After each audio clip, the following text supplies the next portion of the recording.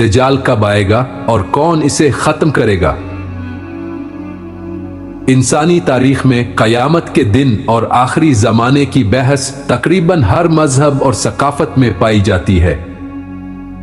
इस्लाम में भी आखिरी ज़माने की निशानियों की खास अहमियत है। इन निशानियों में एक सबसे खौफनाक और पुरअसरार नाम है अल-मसीह दज्जाल, जिसे आम बोलचाल में दज्जाल कहा जाता है।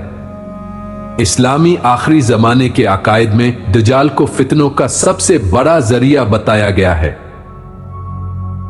मुसलमानों का अकीदा है कि दज्जाल एक बहुत बड़ा धोखेबाज होगा जो लोगों को ईमान से भटकाने के लिए माफूकल फितरत मौजिज़े दिखाएगा। दज्जाल का लफ्ज अरबी जबान के लफ्ज दज्जल से बना है, जिसका मतलब है धोखा देना, फरेब करना, झूठ बोलना। इसलिए दज्जाल का मतलब हुआ सबसे बड़ा धोखेबाज।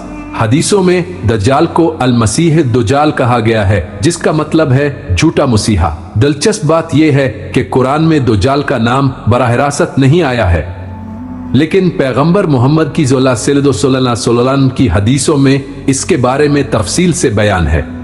ये बात हमें ये समझने पर मजबूर करती है कि इस मौजू को समझने के लिए हदीस के लिटरेचर का मुतालिया करना जरूरी है। सही मुस्लिम और सही बुखारी की कई हदीसों में दज्जाल का जिक्र है। दज्जाल एक आंख से काना होगा, उसकी एक आंख अंगोर की तरह हुई होगी, ऊर की तरह अभरी हुई होगी। उसकी पेशानी पर काफिर लिखा होगा, जिसे हर ईमान वाला पढ़ सकेगा, चाहे वो पढ़ा लिखा हो या ना हो।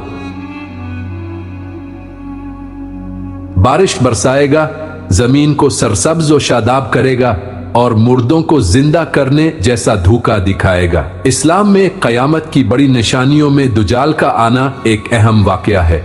हदीसों के मुताबिक दज्जाल का ज़हूर तब होगा जब दुनिया में बदनवानी, नाइंसाफी और फसाद फैल जाएगा।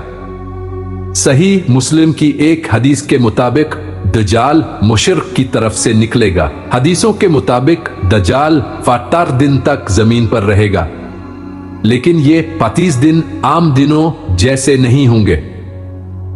पहला दिन 1 साल के बराबर होगा, दूसरा दिन 1 महीने के बराबर होगा, तीसरा दिन 1 हफ्ते के बराबर होगा, बाकी के 33 दिन आम दिनों जैसे होंगे। दज्जाल लोगों को गुमराह करने के लिए बहुत बड़े बड़े मौजिज़े दिखाएगा।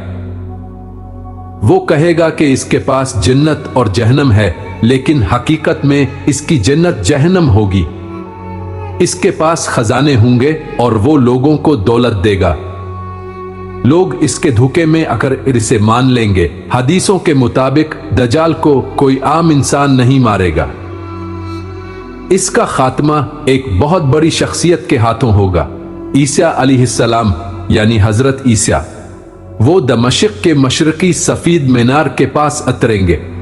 दज्जाल को ईसा लुद के दरवाजे पर मारेंगे, जो आज के इसराइल के इलाके में है। हदीसों में दज्जाल के फितने से बचने के लिए कई तदाबीर बताई गई हैं।